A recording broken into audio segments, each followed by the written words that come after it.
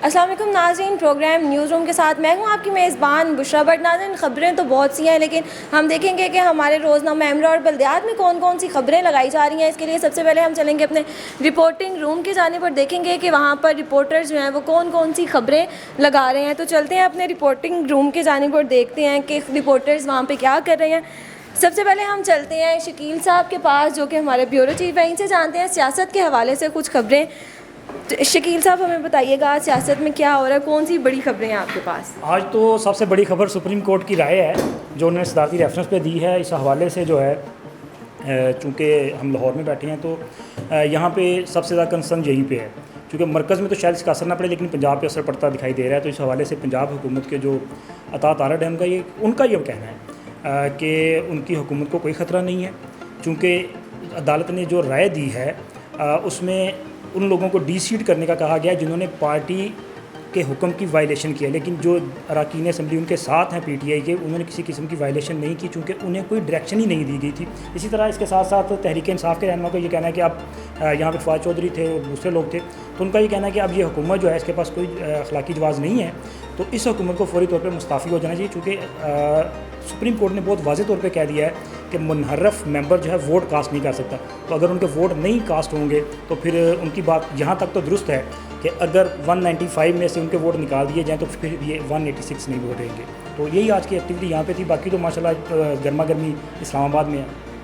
ये थे सियासत के हवाले से एक बड़ा फैसला है। अब एंटरटेनमेंट की दुनिया में देखते हैं कि क्या हो रहा है। इसलिए हमारे साथ एडिटर एंटरटेनमेंट ताहिर बुखारी साहब हैं, इनसे जानते हैं। बुखारी साहब, हमें बताएं क्या चल रहा है हमारी एंटरटेनमेंट की दुनिया? आज की एक दो खबरें हैं।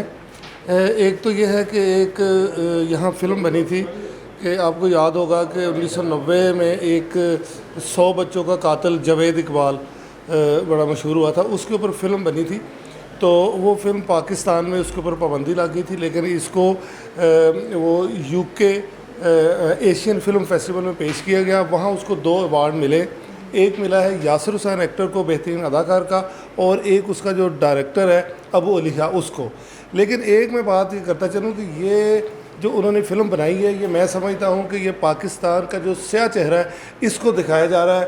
तो क्यों इसी वजह से पाकिस्तान में ये पाबंदी है, और मुबैना तौर पे ये इनके लिए कोई फॉरेन NGOs फंडिंग करती है ताकि इस तरह की फ़िल्में बनाई जाए और पाकिस्तान का जो है ना स्याह चेहरा वो दिखाया जाए। तो एक और ख़बर है, एक वो सारा लोरैन एक एक्ट्रेस है जिसने बॉलीवुड फिल्मों में भी काम किया है, बड़ी अच्छी। वो कुछ तकरीबन 10 साल बाद छोटी स्क्रीन पर वापस आ रही हैं। तो उन्होंने ये अब कहा कि मुझे अगर कोई अच्छा स्क्रिप्ट मिल जाता है तो मैं टीवी पर काम करूंगी। एक वो वेब सीरीज़ में भी उन्होंने काम किया, वो इन दिनों चल रही है। तो और एक छोटी सी और ख़बर है कि अली ज़फ़र का एक 4 साला मदाह जो है ना वो पैदा हो गया है। उन्होंने एक नया वीडियो सॉन्ग रिलीज़ किया था पश्तो में। अब वो बच्चे की जो वालदा है वो भी उसकी मदाह, वो कहती है कि मुझे बार बार वो कहता है बच्चा कि ये गाना लगाओ, मैं दिन में तकरीबन 500 बार वो गाना मुझे सुनना पड़ता है 4 साला बच्चे की वजह से। ठीक है, ये एंटरटेनमेंट की दुनिया में हमें मज़ेदार सी खबरें मिल गई। अब चलते हैं अली इमरान चट्टा साहब के पास। चट्टा साहब, आपने आज जो है वर्कर्स कन्वेंशन PTI का जो है वो भी अटेंड किया, तो हमें बताएं कि उसमें क्या क्या हुआ, क्या बातचीत वहाँ पे हुई? देखिए, ये जो कन्वेंशन था ये बेसिकली पहले से प्लान था, लेकिन इसमें मरकज़ी क़यादत सेक्रेटरी जनरल जो थे असद उमर, उनकी शिरकत थी। पंजाब के सदर शफ़कत महमूद थे, बैरिस्टर अज़हर थे, हमाद अज़हर, और PTI के एजाज़ चौधरी व दीगर सारे जो लाहौर से मेंबरान पार्लियामेंट थे, एक्स मिनिस्टर्स थे, सारे वहाँ मौजूद थे। ये प्रोफेशनल कन्वेंशन के नाम पे दिया। इसमें एक जो बड़ी बात है कि PTI ने 2 टोक अंदाज में सुप्रीम कोर्ट के फ़ैसले को इंडोज़ किया, और उस वर्कर कन्वेंशन में जो मुश्तरका तौर पर मुतालबा हुआ है वो ये है कि अगर आप डरते नहीं हैं और सुप्रीम कोर्ट के फ़ैसले को तयीद और इज़्ज़त देते हैं तो इलेक्शन की तरफ जाएं। आपने इकॉनमी तबाह कर दी है, आपने जो है नज़रिया ज़रूरत को ज़िंदा रखा हुआ है, आप माशाल्लाह की बात, और ये सारी बातें जो रूटीन की हैं। लेकिन असद उमर का खिताब जो था वो बड़े मायने खेज था। उन्होंने कहा कि हक़ और सच का फ़ैसला जो है वो आ गया है, और हक़ और सच इमरान खान के साथ खड़ा है। मैं समझता हूँ ये बहुत बड़ी बात है।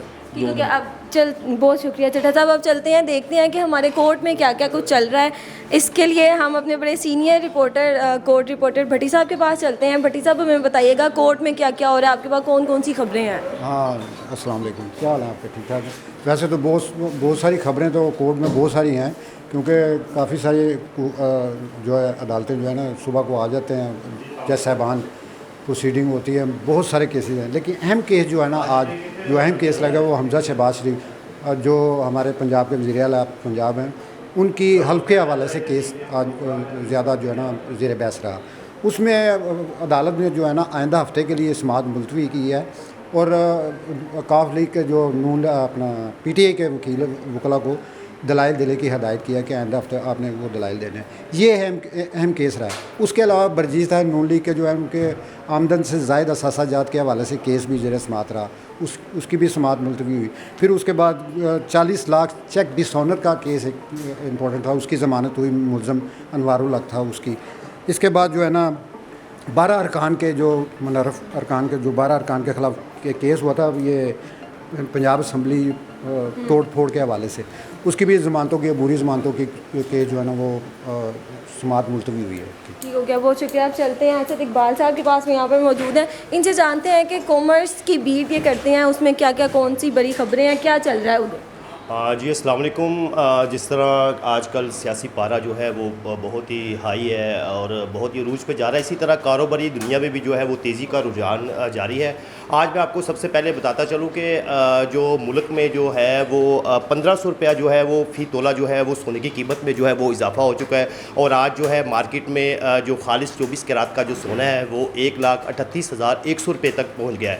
इस हवाले से जब हमारी लाहौर सराफत एंड ज्वेलर्स डिवीज़न के जो प्रेसिडेंट हैं मोहम्मद अहमद से उनसे बात हुई तो उनका कहना ये था कि डॉलर की जिस तरह कीमत बढ़ रही है, इसी तरह इंटरनेशनल मार्केट में जो है वो सोने की कीमत भी जो है बढ़ रही है और उसी तनासब से यहाँ पे पाकिस्तान में भी जो है वो सोने की कीमतों को जो है ना वो उसकी कीमत का जो है मुआवजा किया जाता है और उस हिसाब से कीमत लागू की जाती है। दूसरा जी मैं आपको बताता चलूँ कि आज जो है पाकिस्तान की तारीख में जो है डॉलर जो है वो 198 रुपये 50 पैसे की सतह पर पहुँच गया, जो कि मुल्क की तारीख में ऐसा पहले कभी नहीं हुआ। इस हवाले से जो ख़ास तौर पर जो एक्सपोर्टर्स हैं जो बाहर के ममालिक में अपना माल जो है वो बेचते हैं और यहाँ पर तैयार करके सारा कुछ उन्होंने डॉलर्स में जो है वो पेमेंट करनी होती है, तो उनको काफ़ी शदीद तहफ़्फ़ुज़ात का भी मसाइल का सामना है। जब इस हवाले से हमारी बात है जो इक़्तिसादी अमूर के माहिर काशिफ़ अनवर साहब, जब उनसे बात हुई तो उन्होंने कहा है कि हुकूमत को चाहिए कि डॉलर की कीमत को मुस्तहकम करने के लिए जो है वो ओपन मार्केट में जो है वो डॉलर जो है ना वो फैलाए, ताकि जो है लोग जो है बड़ी तादाद में ये डॉलर की ख़रीदारी भी उन्होंने शुरू कर दी और जो स्टॉक एक्सचेंजर्स हैं उन्होंने भी ज़ख़ीरा अंदोज़ी शुरू कर दी है। इसके साथ साथ मैं आपको बताऊं कि ओपन मार्केट में जब आज देखा गया तो जिस तरह सब्जियों, फलों और अशियाई खुर्द-ओ-नोश की कीमतों में मुसलसल जो है वो इजाफे का सिलसिला जारी है। इसी तरह जो आज जो बड़ा इजाफा हुआ है वो अपनी मंडी में जो मसाला जात जो होते हैं उनकी कीमतों में हुआ और उसमें अगर देखा जाए तो सबसे पहले जो है वो जो ज़ीरा है उसकी कीमत में फ़ी किलो 150 रुपये का इजाफा किया गया है। इसी तरह सुर्ख मिर्च जो पिसी हुई है उसकी कीमत में 115 रुपये तक इसका इजाफा किया गया और सबसे जो ज़्यादा इजाफा जो है वो आजकल जिस तरह गर्मी का सीज़न है, तुफ़ मलंगा जो है वो बड़ी तादाद में लोग मशरूबात के में इस्तेमाल करते हैं और उसकी कीमत में 550 रुपये फ़ी किलो का इजाफा हो के वो 1250 रुपये की हो गई है। देखा जाए तो उसकी कीमत में 100% तक इजाफा हुआ है। और अगर हम बात करें जो पेशन गोइयाँ जो मार्केट में भी जो हो रही हैं, जो बातें की जा रही हैं कि ओपन मार्केट में जो है ना वो गंदम की कीमत जो है वो बढ़ चुकी हुई है और आटे की कीमतें जो हैं वो भी बढ़ाने के हवाले से जो है फ्लोर मिल्स मालकान ने जो है ना वो अंदिया दे दिया है। जबकि हम दूसरी जानिब देखें तो वज़ीर आला पंजाब जो है हमजा शहबाज शरीफ, उनका कहना ये है कि आटे की कीमतों को जो है वो किसी की सूरत में नहीं बढ़ाया जाएगा। इसके लिए जो उन्होंने महकमा खुराक को जो है ना उन्होंने भी काफ़ी सख्त हिदायत की है। लेकिन जब अगर हम देखा जाए तो जिस तरह ओपन मार्केट में जो महकमा खुराक है, इस तरह सीज़न के हवाले से गंदम खरीदारी मुहिम को भी जो है ना वो जोर पकड़ी हुई है। महकमा खुराक ने पहले 35 लाख जो है मैट्रिक टन जो है गंदम का हदफ रखा, इसको फिर उन्होंने बढ़ा के 50 लाख टन कर दिया ताकि सीज़न आउट होने के बाद जो है वो गंदम की शार्टेज ना पैदा हो। इस टाइम मार्केट में जो सबसे बड़ा जो गंदम का ख़रीदार है वो महकमा खुराक और ज़िली हुकूमत है और दूसरे नंबर पे जो आ जाते हैं वो फ्लोर मिल्स मालकान आ जाते हैं। तीसरे नंबर पे आम शहरी जो है जो अपने घरों में जो है वो गंदम जो है सारा साल के लिए जो इकट्ठा करते हैं वो भी इस टाइम जो मार्केट में ख़रीद आ रहा है। तो इस टाइम जो एक 2200 रुपये जो फ़ी मन जो गंदम की कीमत थी आज 2550 रुपये तक पहुँच चुकी है।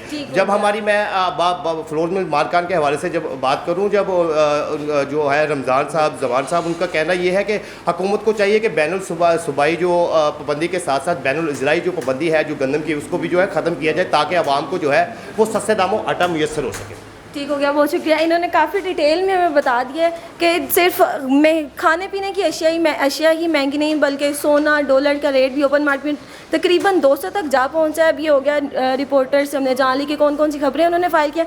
अब चलते हैं अपने न्यूज़ रूम की जानिब और देखते हैं कि उन रिपोर्टर्स की खबरों को किस तरह से फ़ाइल किया जाता है। सबसे पहले हम अपने एमरा के एडिटर के पास आते हैं और इनसे जानते हैं। आप हमें बताएं, आज अदालत का एक बड़ा फ़ैसला आया है कि मुनहरिफ अरकान जो हैं उनके हवाले से, तो उसके बारे में हमें बताएं और आपकी लीड क्या होने वाली है आज के अखबार में, क्योंकि ये बड़ा फ़ैसला है तो हो सकता है कि यही लीड आप रखें। अच्छा, आपकी न्यूज़ सेंस बड़ी अच्छी होती जा रही है, इसका मतलब है कि आपको अभी ये अंदाज़ा होना शुरू हो गया कि बड़ी खबरें क्या हैं।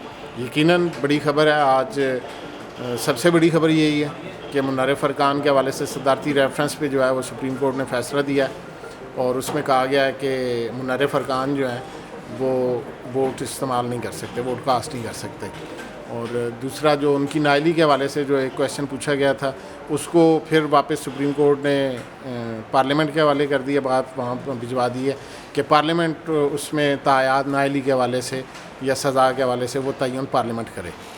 तो बड़ी खबर यकीनन यही है और इसने बड़ा हलचल मचाई हुई है। ठीक हो गया।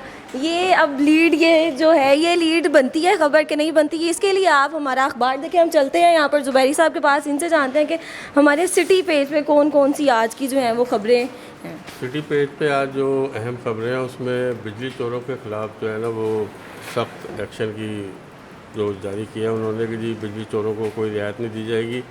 उन्होंने बहुत सारे जो जाली कनेक्शन है वो पकड़ लिए हैं और उनके ख़िलाफ़ क्रैकडाउन शुरू कर दिया है। दूसरी जो सुपर लीड है हमारे पास वो है कि जी सड़कों पर जो ट्रैफिक की लोड मैनेजमेंट है उसके ख़िलाफ़ जो है ना उन्होंने क्रैकडाउन शुरू कर दिया है। 25 जो अहम शाहराहें हैं उस पर उन्होंने एहलकार तैनात कर दिए हैं और वहाँ पे उन्होंने कैंप लगा कर जो है ना वो उनके ख़िलाफ़ जो है वो एक्शन ले रहे हैं।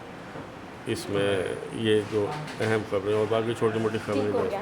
अब एंटरटेनमेंट देख लेते हैं, शोबिज़ में क्या चल रहा है, हमारी जो स्पोर्ट्स है उसमें क्या चल रहा है, हमें बताइएगा। जनाब, आज स्पोर्ट्स में है कि पाकिस्तान हॉकी टीम, उनकी मैनेजमेंट बहुत परेशान है कि हमें जी कामयाबी मिलनी चाहिए। उसके लिए एशिया कप की तैयारी के लिए लाहौर में कैंप्स लग गए हैं और कैंप में खूब उनको प्रैक्टिस कराई जा रही है। और पाकिस्तान हॉकी टीम के जो कोच हैं सेगफ्राइड एक्मन, वो कहते हैं कि जी हमें यूरोप में काफ़ी नुकसान उठाना पड़ा, बार बार ज़ाहिर है यूरोप में गोल पाकिस्तान के ख़िलाफ़ ज़्यादा हुए, तो उनका कहना है कि ऐसा नहीं होना चाहिए था। बहरहाल उनकी खुसूसी तवज्जो है कि पाकिस्तान हॉकी टीम को मज़ीद बेहतरीन प्रैक्टिस की जाए और कामयाब करार दिया जाए। उसके लिए एशिया कप की तैयारी जारी है। दूसरी हमें शोबिज़ के हवाले से बात करें तो रिमशा खान है, पाकिस्तान की मारूफ अदाकारा हैं, वो कहती हैं कि जी मुझे पाकिस्तान के लोग अनुष्का शर्मा से मिलाते हैं, मेरी मुशाबहत उनसे नहीं मिलती क्योंकि मैं पाकिस्तान की पहचान हूँ, मैं पाकिस्तानी हूँ, मेरा नाम रिमशा खान है तो मुझे रिमशा खान से ही पहचाना जाए। उसके बाद सबा कमर साहिबा हैं, जानी पहचानी शख्सियत है। सबा कमर साहिबा ने हिजाब पहनना शुरू कर लिया है। इसके अलावा हमारे पास बहुत सारी खबरें हैं, यही काफ़ी बड़ी खबरें थी। अच्छा, आपके पास काफ़ी नुमाइंदगान की भी खबरें आती हैं, तो आप हमें बताएं कि किन किन शहरों से हमारे पास जो है वो खबरें आती हैं। जी जनाब, बहुत सारे शहरों से हमें खबरें मौसूल हो रही हैं। हम मेन बात करें तो साहिवाल से और नारोवाल से, विहाड़ी से। साहिवाल से हमें ब्यूरो चीफ़ इमरान चौधरी साहब और हमारे नारोवाल से ब्यूरो चीफ़ हैं आतिफ़ खान साहब। उसके अलावा विहाड़ी डिस्ट्रिक्ट रिपोर्टर हैं अशरफ खान साहब और चूनिया, कसूर, शेखुपुरा समेत दीगर शहरों से हमारे नुमाइंदगान हमें खबरें भेज रहे हैं। वो जो कि ये एमरा देख लिया हमने कि एमरा में कौन कौन सी खबरें हैं। अब चलते हैं बल्दियात में क्या हो रहा है, ये जानते हैं फैज़ी साहब से। हमें बताइएगा कि बल्दियात में क्या हो रहा है। जी, बल्दियात में फ्रंट पेज में हम फ्लैश कर रहे हैं। आज मेट्रोपॉलिटन की कॉरपोरेशन की खबर है और वो उन्होंने एक इजलास बुलाया है और मास्टर प्लान की खिलाफ वर्जी पर सख्त एक्शन लेने का फ़ैसला किया है। इस इजलास के अंदर ये फ़ैसला किया गया है कि नक्शा फ़ीस की मद में जो आमदन अहदाफ पूरे न करने वाले अफसरान और अमला है उसके ख़िलाफ़ सख्त कार्रवाई होगी। गैर कानूनी जो हाउसिंग स्कीमें हैं, लैंड सब डिवीज़नों की छानबीन की जाएगी। जोन्स को LDA कंट्रोल्ड एरियाज़ में नक्शा जात की वसूली और मंजूरी से रोक दिया गया है। जबकि चीफ़ मेट्रोपॉलिटन ऑफिसर प्लानिंग जो हैं उनका ये कहना है कि मास्टर प्लान पर मुकम्मल अमल दरामद के लिए LDA से कोऑर्डिनेशन बेहतर और हर मुमकिन तामन करेंगे। मास्टर प्लान के ख़िलाफ़ तमीरात की निशानदही करके रिपोर्ट हमें जो है ना फराहम की जाए, किसी के साथ कोई रूल रियायत जो है ना वो नहीं जो है ना होगी। दूसरी जो अहम ख़बर है फ्रंट पेज की हमारे पास, वो रूटीन की है लेकिन बहुत ही अहम ख़बर है तजावज़ात के हवाले से, जिसने जो है ना वो लाहौर का जो हुलिया है बिगाड़ दिया है। रावी जोन के अंदर जो गैर कानूनी बेसमेंट, प्लाजे, दुकानें और घरों की तमीर के हवाले से खबर हम फ्लैश कर रहे हैं, सब जोन की कर रहे हैं स्टेप बाय स्टेप, लेकिन आज की जो अखबार है इसके अंदर हम रावी जोन को हमने फोकस किया है। इसके अंदर एक जैली क्लर्क है वसीम शाह नामी, उसने तमीरात का ठेका उठाया हुआ है, अंदाज़ा करें कि जैली क्लर्क है, और उसने उसके साथ मिले हुए हैं सरकारी जो है ना ऑफिसर, सरकारी स्टाफ जो है ना वो मिला हुआ है उसके साथ, और वो सरकारी मशीनरी का बेदरेग इस्तेमाल कर रहा है, और इसके अलावा सरकारी काम जो है ना वो उसके हवाले किया गया है। और MCL अफसरों की एक आतिफ नामी जो है ना वो प्लाजा मालिक है, उसको खुली छुट्टी दे दी गई है बाइलाज के ख़िलाफ़ बग़ैर बाइलाज प्लाजा बनाने की, और जिस पर सवालात उठ गए हैं। लेकिन बल्दियात की खबर पर नोटिस लेते हुए जो है ना वो चीफ़ मेट्रोपॉलिटन अफसर का कहना है कि बल्दियात की खबर का हम सख्ती से नोटिस लेते हैं, और बल्दियात के हवाले से जो भी जो है ना खबर बल्दियात में शाया होगी हम इसका नोटिस लेते हुए गैर कानूनी तमीरात के ख़िलाफ़ ऑपरेशन होगा, और इंशाअल्लाह ताला इन इलाकों का सफाया जो है ना वो किया जाएगा। ठीक हो गया, बहुत शुक्रिया। अच्छा, ये थी हमारी इन्होंने बल्दियात के हवाले से बताई है, रोज़नामा एमरा और बल्दियात में हमारी जो खबरें लगने वाली हैं ये सब हमने डिटेल में देखी। आप हमारा रोज़नामा एमरा और बल्दियात जो है वो ज़रूर देखिएगा, और जाते जाते हम आपको अखबार का एक ओवरव्यू भी दे देते हैं, वो भी देखिएगा, और आप कमेंट सेक्शन में हमें अपनी आरा से आगाह भी कीजिएगा। मुझे दें इजाज़त, अल्लाह हाफ़िज़।